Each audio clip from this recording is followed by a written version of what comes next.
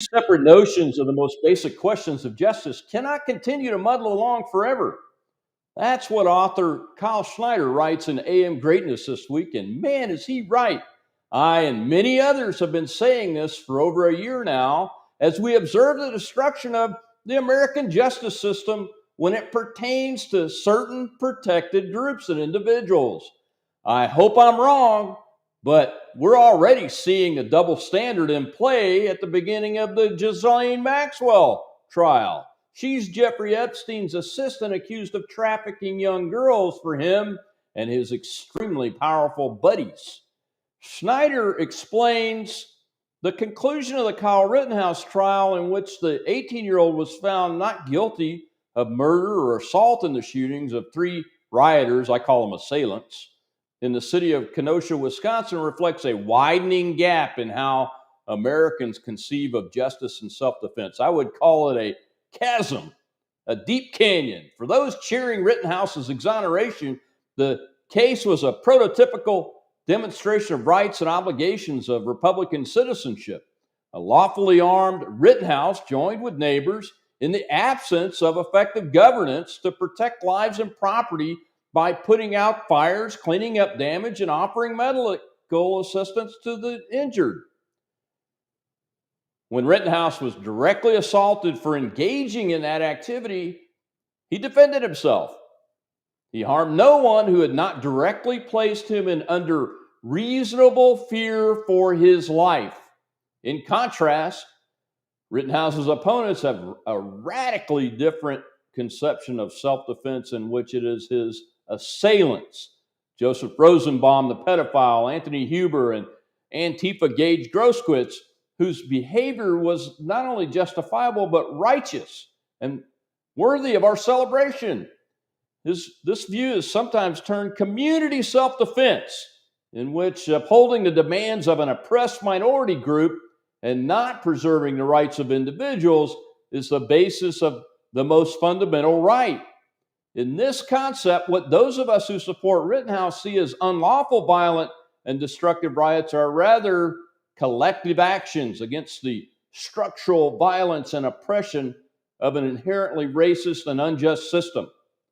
The right of self-defense is not rooted in the right of an individual to be free from harm, but a collective right of an oppressed community defined as a pre-approved minority identity group, which has exclusive right to express its political demands through violence if necessary.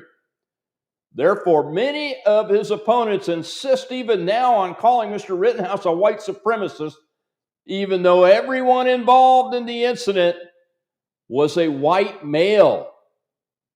Rittenhouse is not being identified as a white supremacist because he's out of step with America's traditional understanding of rights.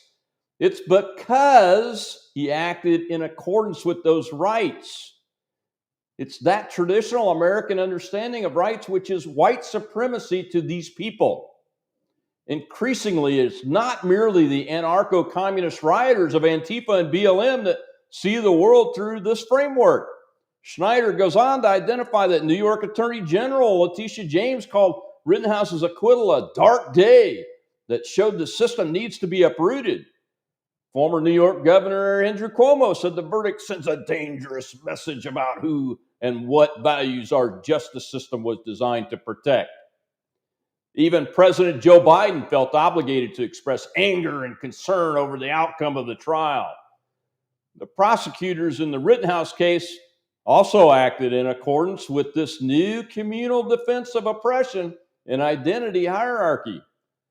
Their star witness, Antifa Gage Grosskreutz, affiliated with the People's Revolution of Milwaukee, openly testified that he pointed his illegally concealed pistol at Rittenhouse first, showing that the true issue at bar was not the presence, use, or legality of firearms, but rather the cause for which they were employed. The prosecutor's incredulity that Rittenhouse felt himself permitted to put out fires started by other people was so absurd it generated its own meme. In his closing arguments, Prosecutor James Krause insisted Rittenhouse unlawfully defended himself because everybody takes a beating sometimes, implicitly invoking Martin Scorsese's epic film about a different kind of mob violence and explicitly condemning the notion that an individual has a right to hold his person inviolate from the will of the masses. Rittenhouse interfered with the communal will of the rioters, and so could be justly punished, either on the spot or in the courts. When justice requires burning down the existing system, putting out fires is a moral crime. For any society, there is no question more fundamental than when and by whom force might justly be used. In the traditional American understanding, the right to use force was reserved for the defense of individual rights, either by the citizen himself or delegated to the government by social contract, but in accordance with the common good and the rule of law. This new principle of community defense reserves force as the legitimate right of the oppressed, the communal possession of certain identity groups executed on their behalf by a revolutionary vanguard, whether it's in the streets or from a Soros-backed leftist district attorney's office. As its opponents understand perfectly well, Schneider writes, if the individual does not have a right to self-defense, a system which generates its powers from delegated rights can't defend itself either. In this sense, it really wouldn't have mattered whether Kyle Rittenhouse was a 17-year-old young man or a sworn police officer. Only membership in an aggrieved class would justify his actions. Nor can a society built on individual rights forever tolerate self-defined communities holding themselves out as the sole possessors of justice without succumbing to anarchical violence. Go to AMGreatness.com, folks, and follow Mr. Schneider. This article is important for you to understand and read it fully. I've only presented a few bits of it here. It's a very important concept.